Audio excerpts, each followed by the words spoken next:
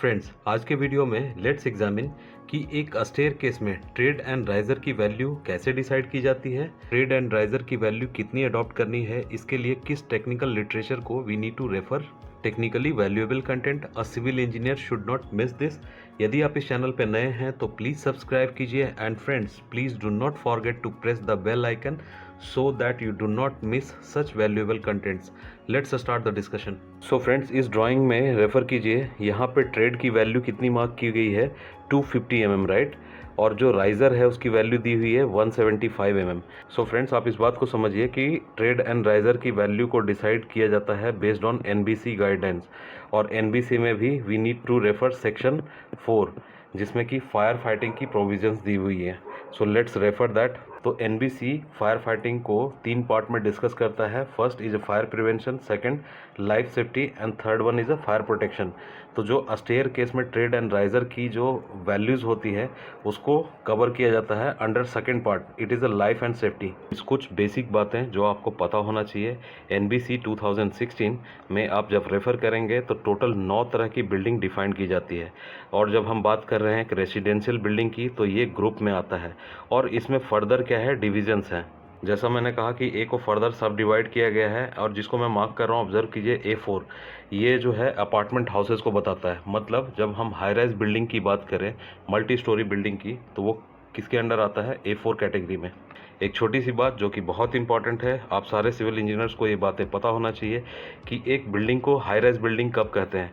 तो आप जब सेक्शन 4 को रेफ़र करेंगे, इसमें क्लॉज 2.38 को, तो इसमें लिखते हैं ये कि हाई राइज बिल्डिंग के लिए कंडीशन क्या है, a building 15 metre and above in height, उसको हम हाई राइज बिल्डिंग कहते हैं. फ्रेंड्स, अब बात करते हैं स्टेयर केस से रिलेटेड इंपॉर्टेंट गाइडलाइंस को, जिसको कि आपने प्रोजेक्ट पे ऑब्जर्व भी किया होगा. ये क्या मेंशन करते हैं कि all buildings shall have minimum 2 number of staircase. तो कम से कम कितनी स्टेयर केस होनी चाहिए, 2. एक बिल्डिंग में 2 से ज़्यादा स्टेयर केस की भी प्रोविजंस हो सकती है यदि बिल्डिंग की हाइट एक पर्टिकुलर लेवल से ज़्यादा हो. और फ्रेंड्स, स्टेयर केस की बात करें तो ये 2 तरह की हो सकती है. एक क्या होगी, इंटरनल, और दूसरा क्या होगी, एक्सटर्नल, राइट.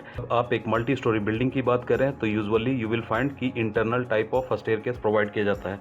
आप ट्रेड एंड राइजर से रिलेटेड कॉन्सेप्ट को अंडरस्टैंड करते हैं. फ्रेंड्स, इस बॉक्स में लिखे हुए गाइडलाइंस को ऑब्जर्व कीजिए केयरफुली, बहुत ही इंपॉर्टेंट कॉन्सेप्ट है. The minimum width of trade without नोजिंग. अब नोजिंग कहने का क्या मतलब होता है, जो ट्रेड एंड राइजर होता है, यहाँ पे देखिए ट्रेड है और ये राइजर है, तो यहाँ पे क्या किया जाता है, इस तरह से चैम्फरिंग की जाती है, मतलब नोजिंग, इस शार्प एज को ख़त्म कर दिया जाता है. This is called nosing. तो ये क्या बोल रहे हैं, without nosing it should be 250 mm for a staircase in residential building.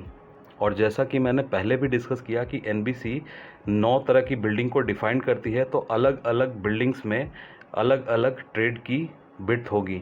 यहाँ ऑब्जर्व कीजिए इन्होंने क्या लिखा है, this shall be minimum 300 mm in assembly, hotels, educational institution, businesses and other buildings. मतलब आप बात करें किसी होटल्स की बात करें, पब्लिक बिल्डिंग्स की बात करें, लाइक हॉस्पिटल्स हो गया, कॉलेजेस हो गए, इंस्टीट्यूशंस हो गए, लाइक स्कूल्स हो गया, तो वहाँ पे ट्रेड की विड्थ आप ज़्यादा ऑब्जर्व करेंगे. फ्रेंड्स, अगली बार आपको मौका मिलता है यदि इस तरह के अलग अलग बिल्डिंग्स में जाने का, तो please try to observe these values. तो ट्रेड के केस में क्या इन्होंने बोला, मिनिमम कम से कम 250 mm और 300 mm प्रोवाइड कीजिए, subjected to different types of building. इससे ज़्यादा भी होगा देयर इज़ नो प्रॉब्लम, लेकिन कम से कम इतना तो प्रोवाइड करना ही है. बात करते हैं राइजर की. यहाँ पे इन्होंने क्या वर्ड लिखा है, मैक्सिमम, मतलब इससे ज़्यादा नहीं हो सकता है, they are restricting the height. और इन्होंने क्या लिखा हुआ है, shall be 190 mm for a staircase in residential building. तो आप जब एक रेसिडेंशियल बिल्डिंग की बात करें फ्रेंड, तो राइजर की जो हाइट है मैक्सिमम कितना हो सकता है, 190 mm. इससे कम प्रोवाइड करना है, 190 mm को क्रॉस नहीं करना है. और इन्होंने साथ ही साथ लिखा है कि 150 mm प्रोवाइड करना है इन अदर बिल्डिंग्स.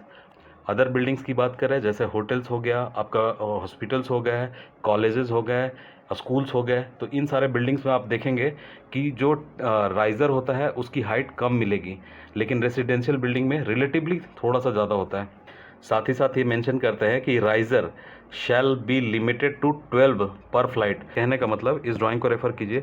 एक व्यक्ति यदि यहाँ से सीढ़ी चढ़ना शुरू करता है और यहाँ मिड लैंडिंग के लेवल पे पहुँचता है तो ये मैक्सिमम कितनी सीढ़ियाँ हो सकती हैं यहाँ पे? 12। मतलब 12 स्टेप से ज़्यादा नहीं होना चाहिए। स्टेयरकेस से रिलेटेड एक इम्पॉर्टेंट बात को और भी आपको ध्यान रखना चाहिए कि मिनिमम विड्थ क्या होना चाहिए स्टेयरकेस के। अब यहाँ पे अलग अलग कैटेगरी की बिल्डिंग है, उसके लिए डिफाइंड की गई है। हम रेसिडेंशियल बिल्डिंग की बात कर रहे हैं और इसमें भी we are concern with A4 apartments. तो यहाँ पे क्या बोलते हैं, 1.25 मीटर कम से कम होना चाहिए। इस विड्थ की रिक्वायरमेंट को डिस्क्राइब करने का पर्पस क्या होता है फ्रेंड, कि इन केस ऑफ फायर, यदि बिल्डिंग में आग लगती है तो जो भी ऑक्यूपेंट्स हैं उसको निकलने के लिए ये सफिशिएंट विड्थ होनी चाहिए और ये लोडिंग फैक्टर से कैलकुलेट होकर आता है। That we will discuss in some separate video. Friends, staircase की इस ड्राइंग को रेफ़र कीजिए। यहाँ पे देखिए ग्राउंड फ्लोर लेवल पे ये स्टेयरकेस की डिटेल है। यहाँ पे विड्थ को कितना मार्क किया हुआ है, 1.375 मीटर। उसी तरह से आप फर्स्ट फ्लोर लेवल पे और टिपिकल फ्लोर लेवल पे देखेंगे तो अगेन ये वैल्यू सेम है, टिपिकल जा रही है तो 1.375 मीटर। तो फ्रेंड्स, जैसा कि हमने NBC की गाइडलाइन में देखा कि ये वैल्यू जो है विड्थ कितनी होनी चाहिए, मिनिमम 1.25 मीटर, और यहाँ पे प्रोवाइड की गई है 1.375 metre, which is sufficient enough. इन फ्रेंड्स, आप ऑब्जर्व कीजिए, मल्टी स्टोरी बिल्डिंग और हाई राइज बिल्डिंग के अलावा जो डिफरेंट टाइप्स ऑफ बिल्डिंग होगी उसके लिए विड्थ ऑफ अ स्टेयरकेस अलग होती है। जैसे यहाँ रेसिडेंशियल में ही होटल की बात करें तो यहाँ पे कितनी वैल्यू दी है, 1.5 metre. Assembly hall such as auditorium, तो उसके लिए विड्थ कितनी होती है, मिनिमम विड्थ कितनी होगी, 2 मीटर। और यहाँ पे फिर एजुकेशनल बिल्डिंग की बात करें सच एज कॉलेज, स्कूल्स, तो minimum width 1.5 metre. Next institutionals such as government की जो अलग अलग ऑफिसेस होती हैं उनकी बिल्डिंग्स की बात करें तो मिनिमम विड्थ कितनी होनी चाहिए, 2 मीटर। एंड अदर ऑक्यूपेंट्स की बात करें तो अगेन 1.5 मीटर। सो फ्रेंड्स, दिए हुए गाइडलाइन से किस बात को इन्फ्रेंस कर सकते हैं हम कि विड्थ की मिनिमम वैल्यू कितनी होगी मल्टी स्टोरी बिल्डिंग के लिए, 1.25 मीटर। और जैसा कि हमने ड्राइंग में रेफर किया फ्रेंड, कितनी वैल्यू प्रोवाइड की गई है, 1.375 metre, which is a greater than 1.25 metre which is required as per guideline. This is a okay. So friends, video को यहीं कंक्लूड करते हैं। उम्मीद करता हूँ ये सारी वैल्यूएबल इन्फॉर्मेशन आपके टेक्निकल नॉलेज को इन्हांस करेगा। आपको वीडियो पसंद आई होगी। यदि वीडियो पसंद आई हो तो प्लीज़ एक लाइक कीजिए। यदि आप इस चैनल पर नए हैं तो प्लीज़ सब्सक्राइब कीजिए and please do not forget to press the bell icon.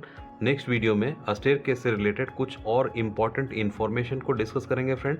तब तक के लिए thank you so much. Video देखने के लिए शुक्रिया। जय हिंद।